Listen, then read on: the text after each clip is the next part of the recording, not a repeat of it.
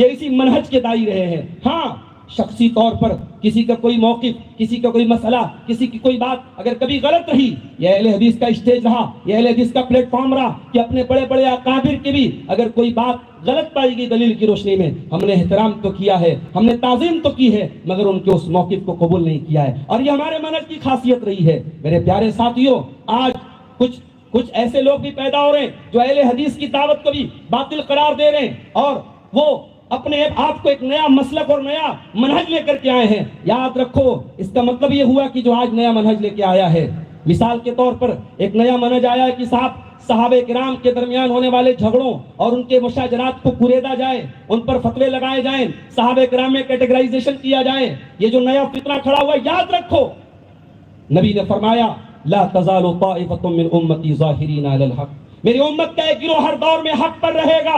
میں کہتا ہوں یہ گروہ اس کے پہلے کہاں تھا؟ یہ اپنے آپ کو علمی اور کتابی کہنے والا اور صحابہ کرام پر کیچڑ اچھالنے والا یہ دور، یہ گروہ، یہ پہلے کہاں تھا؟ یہ پہلے تھے تو رافضیوں کے بھیس میں تھے، یہ پہلے تھے تو خارجیوں کے بھیس میں تھے، یہ سلفیوں کے سب میں آ کر کے اپنے آپ کو صحیح منہج پہ کہنے والے صحابہ کرام پر اگر کوئی کیچڑ اچھالے، میرے پیارے ساتھیوں، وہ سب کچھ ہو سکتا ہے، صحیح منہج پہ نہیں ہو سکتا ہے۔ ہمیں منہج حق کو بھی پہچاننا پڑے گا۔ منہج کا بگاڑ، منہج کا انحراف اور صحابہ کرام کے اور رسول کے طریقے سے ہٹنا، یہ اس دور کی بہت بڑی بے راہ روی ہے، اس کا بھی ہمیں علاج کرنا ضروری ہے۔ اور اس کا علاج کہاں ہے؟ اس کا علاج ہے علماء حق کے ساتھ جڑنا، اس کا علاج ہے قرآن و حدیث سے جوڑنے والے اوتھینٹک اور معتبر اور مستند علماء کے ساتھ اپنے آپ کو جوڑنا۔ علماء کے ساتھ اپنا تعلق جوڑیں گے آپ، تبھی آپ اس منہج پر انشاءاللہ قائم رہیں گے۔ اور آگے بڑھیے، ہمارے نوجوانوں کے اندر بے راہ روی کا ایک بہت بڑا معاملہ یہ بھی ہے، ہمارے بہت سارے نوجوان، ان کی زندگی انجوائمنٹ کا نام ہے۔ ان کی زندگی کیا ہے؟ کھاؤ کماؤ انجوائے کرو، کچھ بھی کرو، کچھ بھی کھاؤ، کچھ بھی پیو۔ نہ کمائی کے سلسلے میں احتیاط ہے کہ کہاں سے پیسہ کما رہے ہیں، نہ خرچ کرنے کے سلسلے میں احتیاط ہے کہ کہاں خرچ کر رہے ہیں۔ میرے نوجوان بھائیو، یاد رکھو، یہ مال اللہ کی امانت ہے، یہ زندگی اللہ کی امانت ہے۔ یہ مال آپ نے کہاں سے کمایا، اس کا بھی حساب دینا پڑے گا، اور مال کہاں خرچ کیا، اس کا بھی حساب دینا پڑے گا۔ اللہ کے پیارے حبیب فرماتے ہیں لا تزول قدم ابن آدم من عند ربه یوم القیامہ حتی یسأل عن خمس، قیامت کے دن انسان اپنی جگہ سے ہل نہیں پائے گا جب تک 5 سوالوں کا جواب نہ دے دے۔ اور یہ 5 سوال کا جواب میرے نوجوان ساتھیوں ہر شخص کو دینا ہے، ہر انسان کو دینا ہے، مجھے بھی دینا ہے اور آپ کو بھی دینا ہے۔ عن عمرہ فیما افناہ، وعن شبابہ فیما بلاہ، وعن مالہ من این اکتسبہ وفیما انفقہ، وماذا عمل فیما علمہ۔ اللہ کے نبی فرماتے ہیں 5 سوال ہوں گے۔ پہلا سوال، زندگی کہاں گزاری؟ 60 سال کی 70 سال کی زندگی تو نے کہاں گزاری؟ دوسرا سوال، 70 سال کی زندگی میں جو 20 سے 40 سال کا دور تھا، جو جوانی کا دور تھا، وہ تو نے کہاں گزارا؟ تیری جوانی کہاں گزری؟ میری بہنوں، بڑے ادب اور احترام کے ساتھ آپ سے بھی کہنا چاہتا ہوں، جب آپ گھر سے نقاب پہن کے نکلتی ہیں، جب بغیر نقاب کو کوئی عورت نکلتی ہے، وہ کیا پہنتی ہے، کیا کھاتی ہے، کہاں جاتی ہے، دنیا کو اتنا مطلب نہیں رہتا ہے۔ مگر جب ایک عورت نقاب پہن کے نکلتی ہے، وہ نمائندگی کرتی ہے، وہ ریپرزینٹ کرتی ہے اسلام کو۔ جس دور میں لڑکیاں اپنے آدھے سے زیادہ بدن کو کھول کر کے گھوم رہی ہیں، اگر ایک مسلمان عورت سر سے پیر تک نقاب میں نکلتی ہے، واللہ اسلام کے دشمنوں کے دلوں پر چھریاں چلتی ہیں۔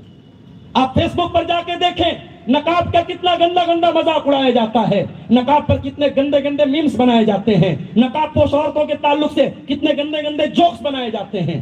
میری بہنوں، آپ کا نقاب آپ کو نہیں، آپ کے دین کو ریپرزینٹ کرتا ہے۔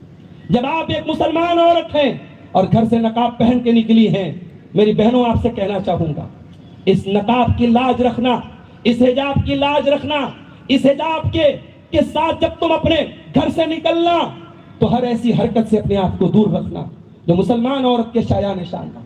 اور یاد رکھو میرے بھائیوں، دنیا میں جب عورت کی بات ہوتی ہے، عورت کے جسمانی خوبصورتی کی بات ہوتی ہے، عورت کے نسوانی سراپے کی بات ہوتی ہے، عورت کے نین اور نقش کی بات ہوتی ہے، لیکن قرآن حکیم میں اللہ تعالیٰ نے دنیا کی آدم علیہ السلام اور حوا علیہ السلام سے لے کر قیامت تک آنے والی جتنی عورتیں ہیں، اربوں کھربوں عورتوں میں اللہ تعالیٰ نے دو عورتوں کو آئیڈیل قرار دیا ہے ساری امت کے. اللہ تعالیٰ نے دو عورتوں کو آئیڈیل قرار دیا, اور واللہ یہ دو عورتیں کتنی خوبصورت تھیں قرآن کریم میں اللہ نے بیان نہیں کیا. ان کے جسمانی خوبصورتی, ان کے سراپا, ان کے قد و قامت, ان کے جسم کی نزاکت, قرآن کریم نے اس پر کوئی گفتگو نہیں کی ہے. اللہ نے دو عورتوں کو مثال اور آئیڈیل اور نمونہ قرار دیا. اللہ نے فرمایا ضرب اللہ مثلا للذین آمنوا امرأة فرعون وضرب اللہ مثلا للذین آمنوا امرأة فرعون. اللہ نے مثال بیان کی مومنوں کے لیے فرعون کی بیوی کو. اذ قالت رب ابن لی عندک بیتا فی الجنہ ونجنی من فرعون وعملی ونجنی من القوم الظالمین. فرعون کی بیوی, اللہ نے اس کی صرف ایک دعا کو بیان کیا. اللہ نے کہا فرعون کی بیوی آئیڈیل ہے. کیوں آئیڈیل ہے؟ اللہ نے کہا اس کی ایک دعا بیان کر رہا ہوں, اس دعا پر غور کر لو, سمجھ میں آ جائے گا کیوں آئیڈیل ہے. فرعون جیسے ظالم کی بیوی, جن کا نام مفسرین نے لکھا کہ حضرت آسیہ تھا. آسیہ جب ایمان لائیں, فرعون نے بڑے ظلم و ستم ڈھائے تھے اللہ کی اس بندی پر, مگر اللہ کی اس بندی نے اپنے ایمان کو بچایا, اپنی توحید کو بچایا, اپنا عیش و آرام قربان کر دیا, اپنا محل قربان کر دیا, اپنی لگزریس لائف قربان کر دی. اللہ کی اس بندی نے ایمان کو بچایا. اللہ کہتا ہے میری بندیو, میرے بندو, دیکھو یہ فرعون کی بیوی ہے, یہ اللہ سے کیا دعا کرتی ہے. رب ابن لی عندک بیتا فی الجنہ, اے میرے پروردگار تو جنت میں میرے لیے اپنے پاس ایک محل عطا فرما. اے اللہ تیری توحید کی خاطر دنیا کے محلوں کو چھوڑا ہے, تو مجھے اس کا نعم البدل جنت میں عطا فرما. میرے بھائیوں, میری بہنوں, یہ دنیا کی خوبصورتی جس کے پیچھے بھاگ رہے ہو اور بھاگ رہی ہو, دنیا کی نعمتیں, دنیا کی لذت, دنیا کا عیش و آرام, قرآن ایک جملے میں بیان کرتا ہے ما عندکم ینفد وما عند اللہ باق. اے میرے بندو, دنیا کی ہر چیز کی ایک ایکسپائری ڈیٹ ہے. جوانی ایکسپائر ہوتی ہے بڑھاپے میں, دولت ایک دن ایکسپائر ہو جائے گی, زندگی ایک دن ایکسپائر ہو جائے گی, آپ کا حسن و جمال ایک دن ختم ہو جائے گا. دنیا میں ہر چیز کی ایکسپائری ہے, لیکن اللہ کے پاس جو نعمتیں